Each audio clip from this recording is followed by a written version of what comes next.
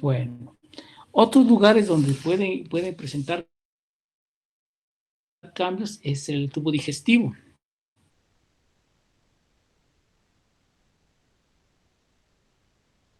En el tubo digestivo eh,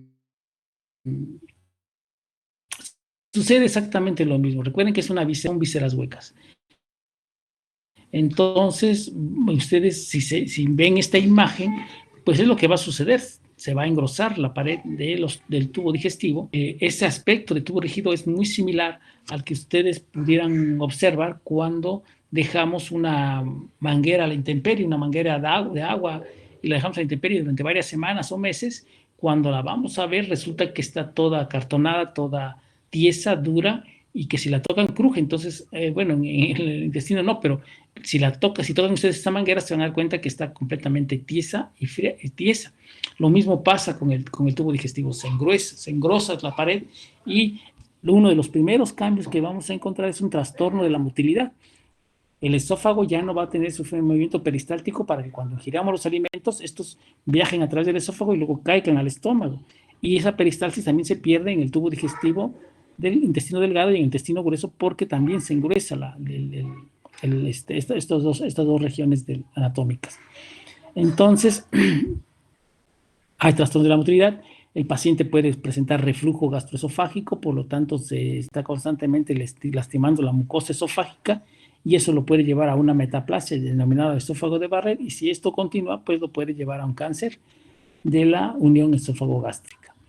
Otra cosa que puede suceder es que aparte del reflujo, se sigue engrosando el esófago, se engrosa también el esfínter que existe el pseudoesfínter que existe entre el esófago y el estómago, que es el cardiax, y al no haber motilidad, pues cuando ingerimos los alimentos, llegan, primero cuesta mucho trabajo tragarlos, y cuando los tragamos, se quedan acumulados en el tercio inferior del esófago, generando una dilatación de ese tercio inferior y provocando una enfermedad que se llama acalasia. O en el intestino grueso y delgado, las paredes se hacen gruesas, se pierden en el colon, en el intestino grueso se pierden las austras, se pierden las tenias, se convierte en un tejido, en una manguera lisa. Lo mismo sucede con las vellosidades del intestino delgado, también desaparecen y se alisan todas esas vellosidades, y esto disminuye la superficie de absorción, generando un síndrome de mala absorción intestinal en los pacientes. ¿Sale? Después tenemos las lesiones a nivel del sistema osteomuscular. Puede generar fibrosis en las articulaciones mayores, pero es muy poca, y genera muy pocas veces también una pérdida de la estructura de la arquitectura. Pocas veces deforma la articulación, pero sí lo hace un poco, sí llega a haber una leve distorsión. Y lo otro es que encontremos una enfermedad inflamatoria en las fibras musculares esqueléticas, una poliomiositis, una dermatomiositis, o o alguna otra enfermedad asociada con una inflamación del tejido muscular. En el riñón, la lesión de los microvasos a través de esa necrosis urinoide de la pared, la trombosis, pues genera isquemias, y estas isquemias generan reparación por fibrosis, inflamación, y después la reparación por fibrosis, y a la larga el riñón queda con se termina evolucionando a una insuficiencia cardíaca, perdón, una insuficiencia renal, porque se mueren los glomérulos, se mueve el tubo contorno distal, proximal, toda la estructura del riñón se pierde, y por lo tanto el paciente cae en una insuficiencia renal. Ahora, aunque no es frecuente, si la afección se hace mucho más extensa a nivel de los vasos sanguíneos pequeños o altera alguno de los vasos importantes del riñón, el paciente puede cursar con una hipertensión sistémica. Algunos de ellos, más o menos un 10-20% de ellos, evolucionan a una hipertensión maligna, que quiere decir que en poco tiempo, de niveles bajos, llega a niveles de 200 o 300 mililitros de mercurio, que lo puede llevar a la muerte a esos pacientes de una hipertensión de tipo maligna, ¿no? Pero no es lo frecuente que cursen con hipertensión. En el corazón sucede que los vasos sanguíneos también sufren destrucción, por lo tanto va a haber fibrosis entre las fibras musculares cardíacas, generando miocardiopatías en él, ¿no? Entonces, problemas de disfunción en la hora de la contracción muscular podemos llevarnos a una insuficiencia cardíaca en estos pacientes. A nivel pulmonar, también la lesión de los microvasos, de los vasos sanguíneos pequeños, genera hipoxias, isquemias, inflamación, fibrosis. Con el tiempo, imagínense cuántos microtrombos, cuántas zonas de isquemia, de hipoxia generan al principio y que todo eso terminó en fibrosis, pues después de algunos años este pulmón está completamente fibrosado, todo fibrosado, se vuelve muy duro, los vasos sanguíneos tienen una luz muy pequeña, entonces el corazón del lado derecho, el ventrículo derecho, tiene que aumentar su frecuencia, su fuerza de contracción para poder bombear la sangre hacia ese pulmón y nos lleva a una hipertensión pulmonar y a una insuficiencia cardíaca del lado derecho. Entonces, esos son otros problemas a los que se expone estos pacientes. Entonces, la primera causa de muerte de los pacientes con esclerodermia era la insuficiencia renal. Actualmente, con los tratamientos que hay, pues ha disminuido la muerte por problemas renales y actualmente se están concentrando en problemas de tipo pulmonar o respiratorio que han ido tomando importancia como causas de muerte, así como también los síndromes de mala absorción intestinal, también los lleva a ese tipo de situaciones.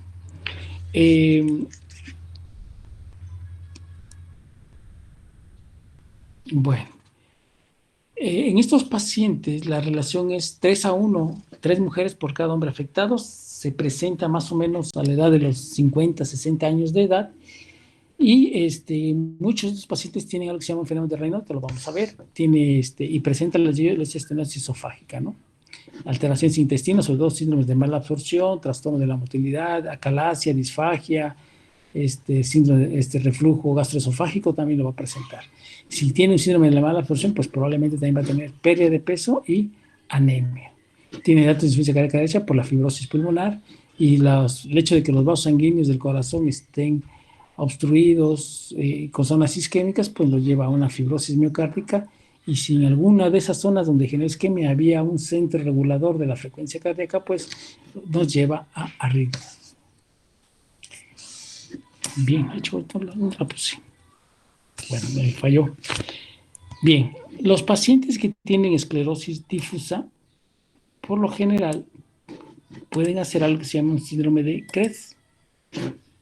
Este síndrome de Krebs significa la C de calcinosis, o sea, forma zonas de calcificación en los tejidos, si hay una calcificación de tipo distrófica, ¿sí? Puede generar fenómeno de Raynaud.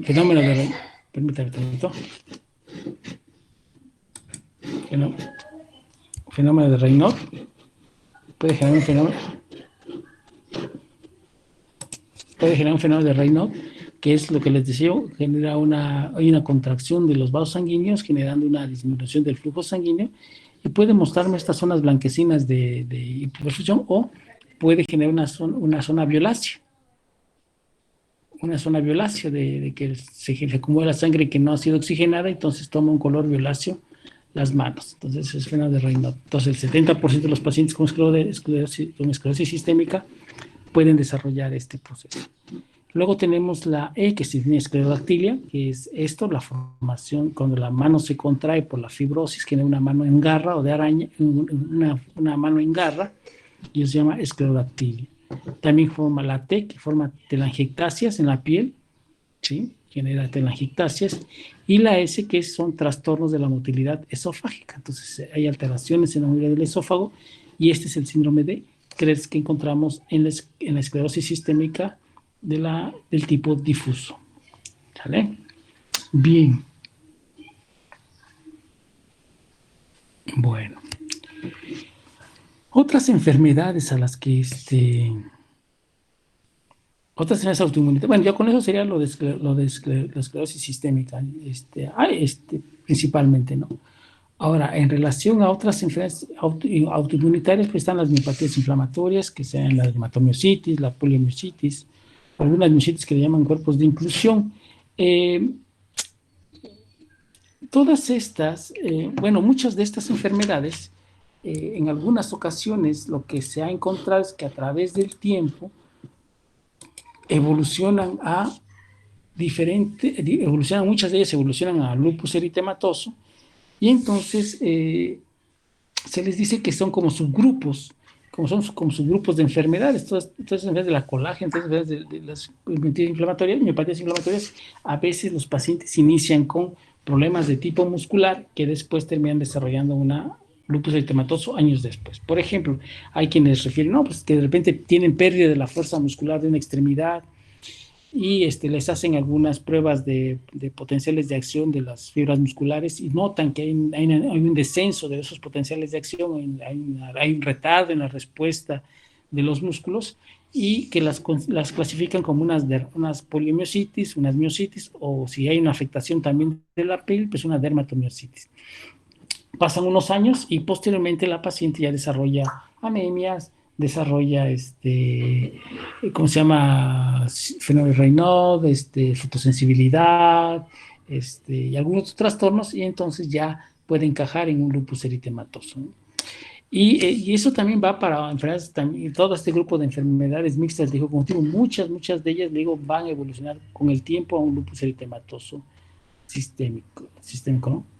O esclerosis. Entonces, entonces hay que estar muy pendientes de estos pacientes. Más si son femeninos, si son mujeres y empiezan con estos problemas, hay que llevar un seguimiento estrecho y sobre todo vigilar su evolución, porque con el tiempo pueden llevarnos a un lupus eritematoso o enfermedades renales, pilonefritis, que no se sabe, que a lo mejor no hay antecedentes o que no tiene algo de importancia que permita sospechar por qué tiene tantos cuadros de lesiones renales, de infecciones renales o daño renal. Entonces hay que buscar si no hay un lupus eritematoso.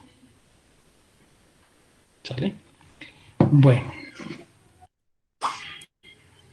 bien.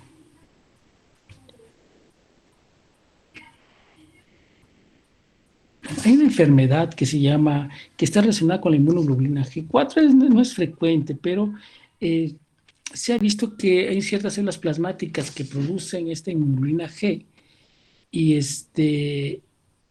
y pueden generarnos inflamación de las venas, por ejemplo, una flebitis, o algunas fibrosis de tipo estoriforme. Entonces, a veces asociado con otras enfermedades inmunitarias, como lesiones en el árbol de la vía biliar, pulmonar, ojos, y algunas reacciones en el ganglio linfático.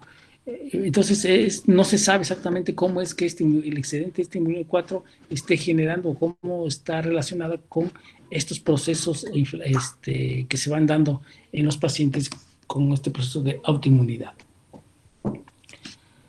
Bueno, entonces con eso estaríamos terminando de hablar lo que es enfermedades autoinmunitarias, y entraríamos a lo referente a el trasplante. ¿Por qué lo tomamos en cuenta? Porque cuando se lleva a cabo un trasplante en una persona, el sistema inmunitario interviene.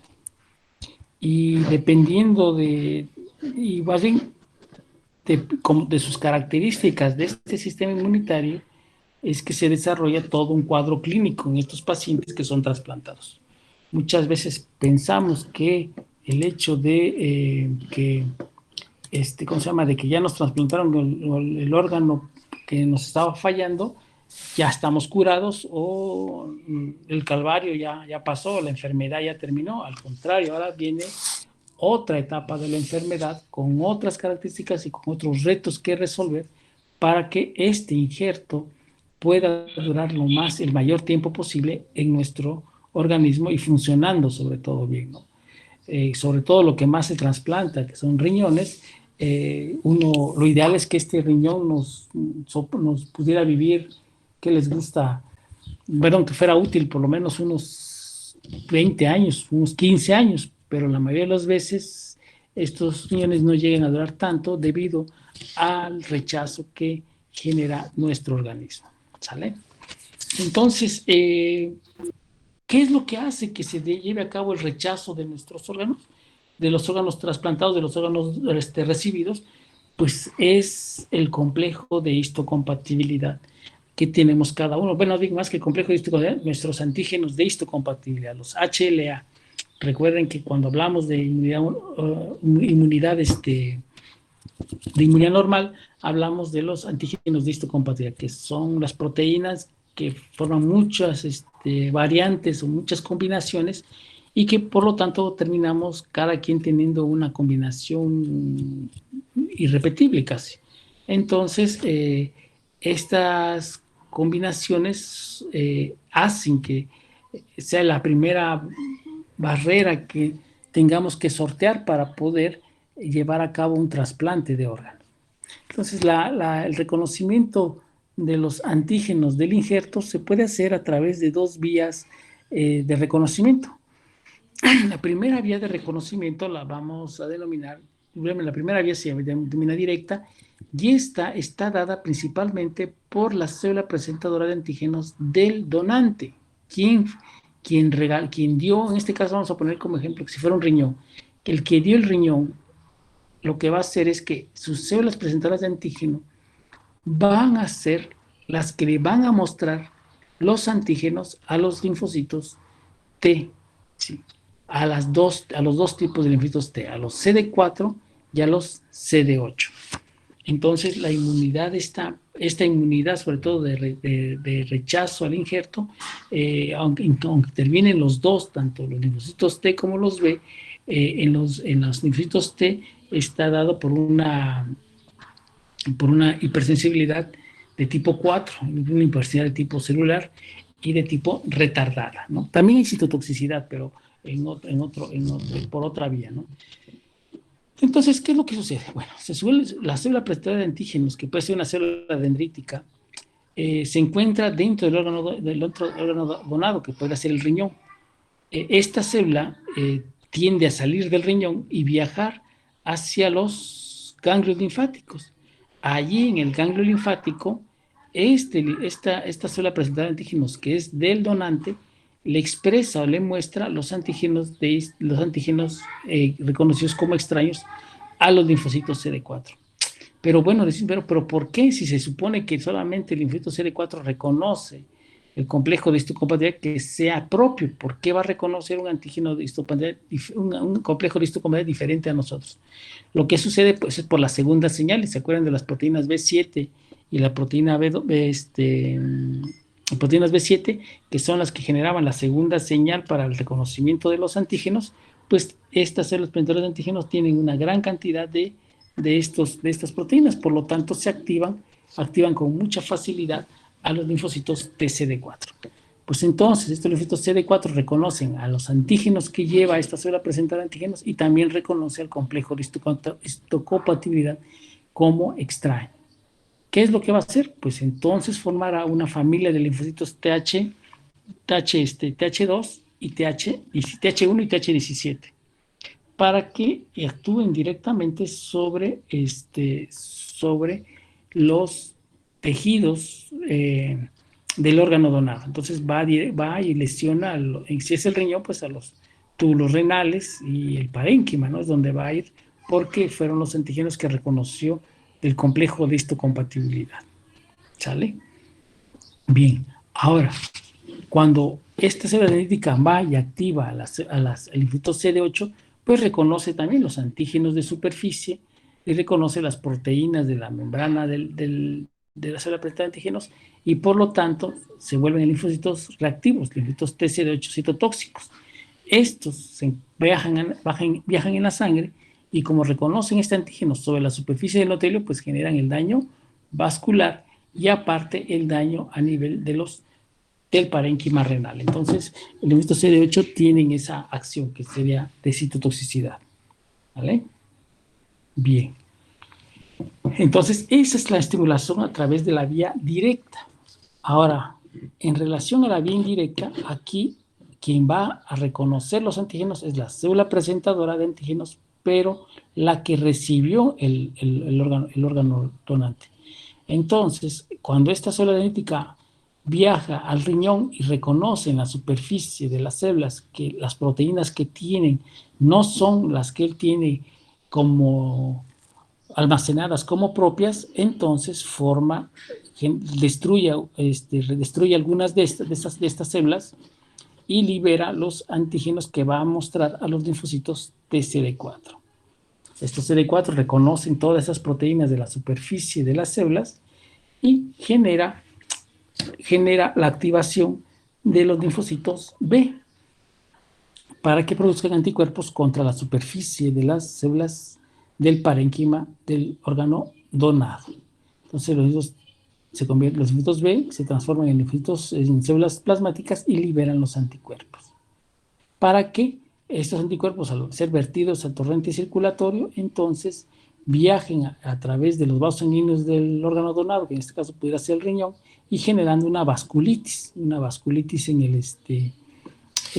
todos estos vasos sanguíneos del riñón, generando trombosis, lesión endotelial, una respuesta inflamatoria intensa y en un momento determinado, si no nos preparamos para este evento, provocar la muerte del órgano donado, ¿no? Pero en esto, ya con lo que se tiene de conocimientos, pues ahora se evita que suceda que sería un rechazo agudo.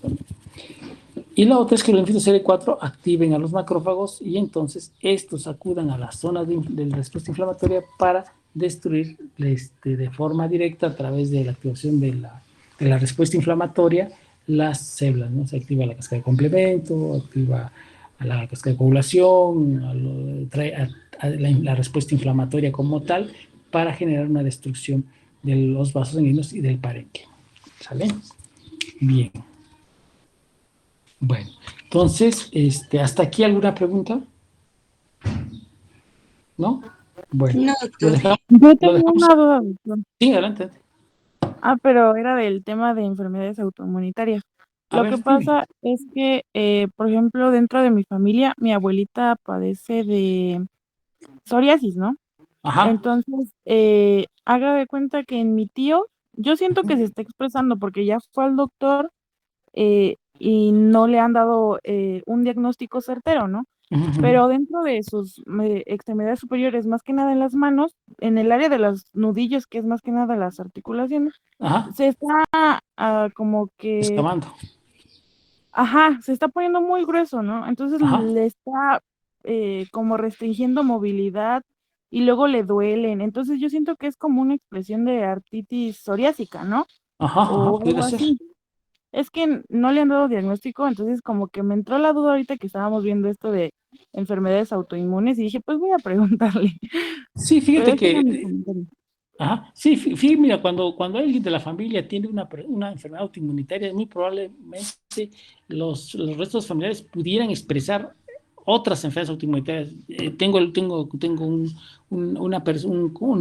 una compañera que, mira, por ejemplo, ella inició primero la denunciaron como una miositis hace como 15 años. Posteriormente ya desarrolló fotosensibilidad, después desarrolló lesión renal, dolor articular, pues finalmente la diagnosticaron como un lupus eritematoso. Su hermana tiene esclerosis múltiple y su otra hermana, no estoy muy seguro, pero también tiene un problema de autoinmunidad. Entonces las tres hermanas están padeciendo tres patologías diferentes, pero todas relacionadas con un trastorno de autoinmunidad. Ahora, la psoriasis también tiene un componente inmunitario, entonces no dudemos que pudiera ser alguna variante de psoriasis o que pudiera estar desarrollando otro tipo de enfermedad inmunitaria, aunque como en los hombres es un poquito más difícil hacer un lupus eritematoso, yo creo que sería más alguna variante de psoriasis, ¿no? Pero sí, así pasa, ¿eh? Así sucede que miren, de todos modos, un profesor me decía, ¿de qué nos vamos a morir nosotros? Pues muy probablemente nos vamos a morir de las enfermedades que padecieron nuestros padres o nuestros abuelos. Mi profesor me decía, no, me dicen mis compañeros médicos que me voy a morir de un infarto, y decía él, no, decía, yo me voy a morir de un accidente vascular porque así se murió mi mamá y así se murió su papá, y sí, así se murió él, de un accidente vascular cerebral. Entonces, los antecedentes, quieran o no, los familiares pesan mucho, sobre todo para nuestras patologías. O sea, de esas patologías crónicas, estamos de alguna manera, nuestra genética nos une a ellos y por lo tanto tenemos un riesgo de padecer las enfermedades que padecen nuestros padres, ¿no? Nuestros padres, nuestros abuelos. Pero sí, así sucede, jóvenes. Bien, pues sí, hay que seguirlo estudiando. ¿No le han hecho sus pruebas de anticuerpos a su familiar o sus pruebas de PCR, las respuestas, las pruebas de velocidad de segmentación globular, PCR, factor reumatoide? Me parece que no. Ya, lo que pasa es que lo estuvieron viendo varios médicos ahí en Ujú, Oaxaca y creo que nadie le dio como, le pidió estas pruebas. Entonces, no sé a qué se debió, la verdad. Ya no indagué más con él, ¿no? ujú, Porque, pues sea como sea, su trabajo no se lo permitía. ujú. Entonces, pues ya se quedó ahí. Yo creo que a lo mejor tendría que asistir con algún médico o realizarse estas pruebas, ¿no? Puede Para ir con un que reumatólogo si gustas para que un reumatólogo o un dermatólogo, cualquiera de los dos. Si tiene lesiones muy importantes en piel, que acuda con un dermatólogo para que lo oriente. Sí, está bien. Sí, de hecho, mi abuelita está asistiendo con el doctor, eh, bueno, él creo que es Sí. tío Ajá. del director, pero no me acuerdo de su nombre, la verdad. Ajá. Sí, Creo está que bien. sacó un libro apenas, pero de todas maneras, muchas gracias, doctor. Sí, sí, de nada. ¿Alguien más? ¿Puedes preguntar? Doctor, yo tengo una duda. Sí. Vacunaron a mi abuelito en esta vez de la segunda dosis y Ajá. después de cuánto tiempo le puedo hacer la prueba de anticuerpos de COVID para saber que realmente tiene el IgG positivo. Bueno, la respuesta se supone que ya en la primera dosis, después de tercera semana, ya inicias, ya generas anticuerpos. Entonces, la segunda dosis, más que todo, es para si no hubo ¿cómo te puse? Una sensibilización en la primera dosis, se pudiera llevar a cabo en la segunda. Entonces, si gustan hacérselo, después de 3 semanas de la primera dosis, pueden hacerle una determinación de anticuerpos. Si fuera, lo ideal sería que hiciera una titulación de esos anticuerpos para ver cuántos tiene a las semanas en relación a las semanas que fue vacunado. Recuerden que todavía no se sabe muy bien cuánto tiempo nos va a proteger esta vacuna del coronavirus, pero unos tienen esperanzas que esté por arriba de unos 6 meses, ¿no? Hay quienes dicen que hasta ya de forma indefinida, pero pues es que hay que ver cómo se comporta este virus en sus mutaciones. Pero sí, después de las 3 semanas de la primera dosis ya puede tener anticuerpos en su sangre. Cuando Ah, aquí lo que está pendiente es, bueno, no sé si no he revisado estudios, pero habría que ver hasta cuál es la fecha en que alcanzan sus máximos niveles de anticuerpos. Pero tú a la Ajá, tercera esa es semana mi de... duda. Ajá. Pues sería cuestión de quizás estarle tomando anticuerpos cada mes, por ejemplo, y ir viendo cómo está la titulación para ver si se van incrementando con el tiempo o si ahorita esto es lo máximo que va a alcanzar y ver cuánto tiempo duran esos anticuerpos, ¿no? Todo eso Ok. todavía está en estudio, ¿no? Pero si ustedes quieren darse una idea, pues pueden hacerse esas pruebas pueden hacer esas pruebas y ir checando cómo está la capacidad inmunitaria de nuestros familiares después de la vacunación. Ah, bueno, gracias, doctor. ¿Sí? ¿Sí?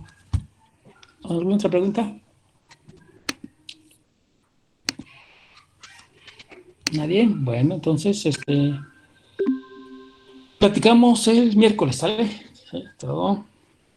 Hasta el miércoles, hasta luego, doctor. Gracias, doctor. doctor. Hasta luego, Gracias, doctor. doctor. Gracias, doctor.